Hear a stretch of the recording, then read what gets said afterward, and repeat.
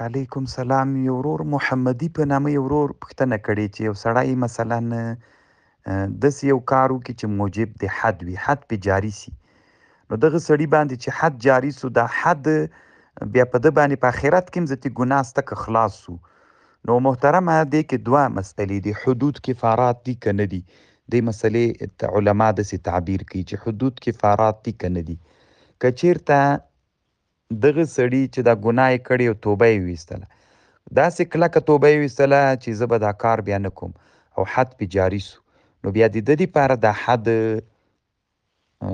کفاره ده. آخرت کې بیا ده باندې سزا نشته. او که چیرته یې توبه ونه ویستله، بیا یې ویلې چې بیا زه دا کار کوم او په حد هم کړل سو، دغه حالت کې بیا دا حد کفاره نه ده وروره. علامه ابن الحمام رحمه الله په فتح القدیر کې په مسله باندې خوندور بحث کړی. الله پاک دې روغ جوړ لره. وعلیکم السلام ورحمت الله وبرکاته. یو ورور پوښتنه کوي چې مثلا سړي ته احتلام پیښ سي، بې کالي نجس سي په منیو باندې، دغه کالي که د نورو کالیو سره یو ځای ومینځي پروا نه کوي محترمه، خو چې 3 وارې مینځلوالی راسي ذاتي صحیح ده وروره. الله دې جوړ لره، کامیاب. وعلیکم سلام. یو ورور پوښتنه کوي چې د بل ملګري ایمان ته یې کنځا کړي دي، ښکنځلې ایمان ته کړي. نو محترمه ایمان ته کنځا کول خو نو خطرناکه مسله ده.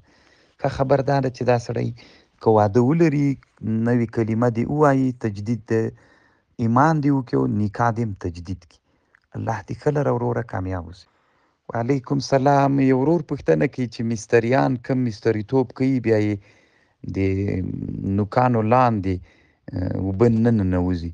نو محترمه که خټه وکړله، د خټه پروا نه کوي، ځکه هلته خامخا اوبه ننوځي. او که غوړ غوندې شی وي، چرب غوندې شی وي چې لاړ نه سي وروره، او داسې نه کیږي، باید لاړ سي. الله دې جوړ لره، جنتي سي. دا خو د ابتدایي کتابونو کې هم شته. وعلیکم سلام. یو ورور پوښتنه کوي چې د رومیانو نه روب جوړول، دا چا راته ویلې چې حرام دي. حرمت نشته پکې، ولې وروره حرام دي؟ الله دې ښه لره، کامیاب اوسې، الله دې جنتي کړي.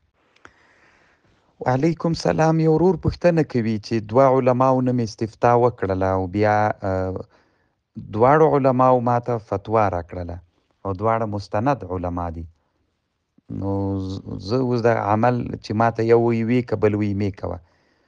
نو ته دې محترمه علامه ابن نجیم رحمه الله لیکلي دي په بحر الرائق کې، که چیرې 2 مفتیانو یو چاته فتوا ورکړله او 2 ښه علما ول، نو دیانت دی لحاظ کې محترمه چې دغه 2 علماو کې د کم عالم دیانت غالب وي، په هغه باندې وروره عمل وکړه. الله پاک دې روغ جوړ لره. السلام علیکم ورحمت الله وبرکاته. د حماسي کاروان د ګروپ ټولو ملګرو، الله پاک مو روغ جوړ لره، الله مو حافظ و ناصر سه. یو ورور پوښتنه کړې ده چې د جومات زینه ده، سړی شخصي کارونو دپاره وړلی سي که نه؟ نه محترمه، کم شی چې د جومات دپاره وقف سوی ده، د هغه نه شخصي انتفاع نه ده جایز وروره. دغه مسئله په فتاوا تاترخانیې کې شته ده وروره. په فتاوا تاترخانیې کې د خانیې نه نقل کوي، 109 صفحه کې وایي وفي الخانیة متولی المسجد، د جومات متصرف لیس له ان يحمل سراج المسجد الى بیته، که د جومات چراغ وو دی حق نه لري چې دا چراغ کور ته ویسي، خو له ان يحمل من البيت الى المسجد، د کور چراغ جومات ته راوړلی سي، خو د جومات د چراغ وړل دا دته شرعا جایز نه دي. نو په همدې مسئله باندې چې قیاس وکړي وروره، زینه چې د جومات وي هغه د جومات دپاره وقف ده، نو نه یې سي وړلی. الله پاک دې روغ جوړ لره. 8 جول 109 صفحه.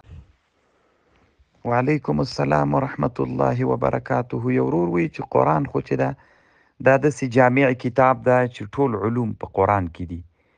نو دی اوس وایي چې قرآن کې خو موږ چې وینو ټولې قیسې دي. داسې نه ده محترمه. قرآن کې څه ده، قیسو یو څه برخه ده، یعنی قرآن یو څه برخه د تاریخ ده، ټول علوم شته پکې. قرآن هلته محترمه سړي ته معلومات کیږي چې سړی څېړنه وکړي په یو شي باندې، قرآن په اړه معلوماتو کې. قرآن داسې یو جامع کتاب ده، محترمه چې هر بخش یې ګوري دنیا کې چې څومره علوم دي که هر علم یې ګوري قرآن له هغه نه بحث کوي. خو داسې ده محترمه دا چې سړي د لفظ نه قرآن نه زده نو هغه به په دې څه پوه شي چې قرآن کې څه دي. قرآن یو معجز کتاب ده وروره، قرآن په ټولو علومو مشتمل کتاب. وعلیکم السلام ورحمت الله وبرکاته. یو ورور حامد بدری په نامه پوښتنه کوي. دی وایي کور ته میلمه راسي یو کاسه په لیټ کې خوراک وکړي، خوراک تیر پاتې سي. دا چې کور ته ویسي د کور غیر محرمې ښځې له دغه پاتې خوراک نه خوراک کولی سي که نه؟ محترمه شرعاً یې کولی سي، یعنی شرعاً مشکل نه لري، صرف تر انسانانو پورې فرق لري. بعضې غیرتي انسانان نو خوند نه ورته ورکوي. علامه امام شمس الدین سخاوي رحمه الله یو کتاب جوړ کړی ده، الاجوبة المرضیه فيما سئل عنه السخاوي في الاحاديث النبويه. په دې کتاب کې لیکلي دي چې یو صحابي ښودلی ده یو سړی مڼۍ وخوړله، بیا یې نیمایي نورې پرېښودله، بیا د صحابي ښځې له هغې نه نوره مڼه هغه وخوړله. نو ده داسې بد ورته وویلې، خوشکې ورته وکړله، ویې وهله. نو دا تر غیرتونو تړاو لري، یعنې ښه پې ونه لګېدله چې ولې دې دغه سړي د خولې مڼه وخوړله. شرعاً مشکل نه لري وروره، الله دې جوړ لره، الله دې جنتي. وعلیکم السلام ورحمت الله وبرکاته. یو ورور مولوي پندي جان په نامه د بلوچستان پاکستان نه پوښتنه کوي. د ورور پوښتنه داسې ده چې صلو خلف کل بر و فاجر، نو د دې مطلب وایي څه شی ده؟ مطلب یې دا ده محترمه که امام یو څوک امام و، که هغه بیر و که فاجر و، چې مسلمان وي مونځ پسې وکوي. دا یې مطلب ده. دا یې مطلب نه ده چې تاسې کبیرو فاجرو د جنازې مونځ وکړي. صلو خلف کل بر، یعنې وروسته هغه پسې مونځ وکوي چې هغه امام وي. دغه خبر علامه ابن الهمام رحمه الله فتح القدیر کې لیکلی وروره. وعلیکم السلام. یو ورور پوښتنه کوي چې د یو ملګري سترګې لږ کږې غوندې دي، دی چې عملیات کوي دا خو به تغییر په خلقت الله کې نه راځي؟ نه محترمه، ځکه چې کوږوالی پکې ده، دا تغییر نه ده، دا مرض ده، ازاله د مرض ده وروره. دا شرعاً جواز لري، تغییر په خلقت الله عز وجل کې نه ده وروره. الله دې جوړ لره، کامیاب اوسي. وعلیکم السلام ورحمت الله وبرکاته. محمد عمر په نامه یو ورور د کندهار ولایت نه پوښتنه کړې. د ورور پوښتنه داسې ده چې مثلا د جمعې په ورځ باندې یو سړی راجیګ سي، د جمعې په ورځ باندې د ماسپښین لمونځ وکي، بیا پس له دې نه دی د هغه مانځه ته لاړ سي، د جمعې لمانځه ته لاړ سي، نو محترمه د ماسپښین لمونځ باطل ګرځيږي. ان ادى الظهر په فتاوا هندیه کې لیکي وایي که ادا یې که د ماسپښین مونځ ثم سعى الى الجمعه، بیا جمعې ته سعی وکړه، فادرکها مع الامام بطل ظهره سواء كان معذورا كالمسافر او المريض والعبد او غیره، او که معذور نه و، الله پاک دې روغ جوړ لره، نو هغه د ماسپښین مونځ محترمه باطل ګرځيږي. الله دې جوړ لره. په فتاوا هندیه کې دغه مسئله د جمعې په مبحث کې سته ده وروره. الله دې جوړ لره، کامیاب اوسي. وعلیکم السلام ورحمت الله وبرکاته. رحماني لوګروال په نامه یو ورور پوښتنه کوي چې بعضې خلک داسې غټ غوندې کالي اغوندي د اوس وخت کې، بعضې مجاهدین ورونه، دا څنګه دي؟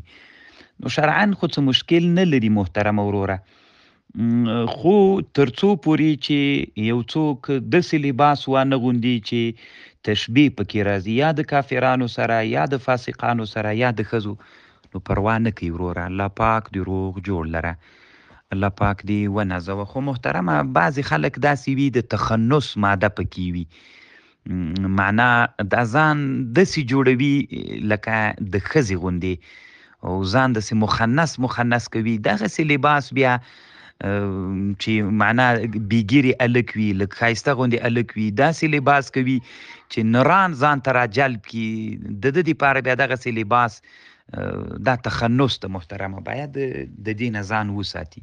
الله دې جوړ لره وروره، کامیاب.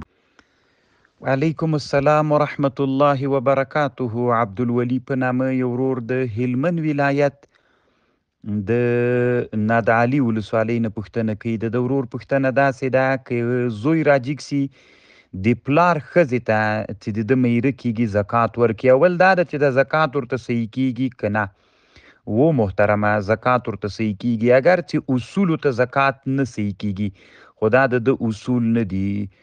نو علامه اشرف علي تهانوي رحمه الله وی يجوز ان يدفع الى غیر هؤلاء من الاقارب كالاخوه والاعمام والاخوال وولد الاخ والاخت وزوجة الاب. د پلار ښځه چې میره د زکات ورته صحیح کیږي، خو د پوښتنه داسې کړې ده د ورور چې زکات ته ورکې نو هغه میره یې بیا پلار ته ورکي، نو چې قبض کی د دې ملکیت وګرځي د بیا چې هغه ته ورکي پروا نه کي محترمه زکات ادا سو. الله پاک دې روغ جوړ لره وروره، کامیاب اوسې.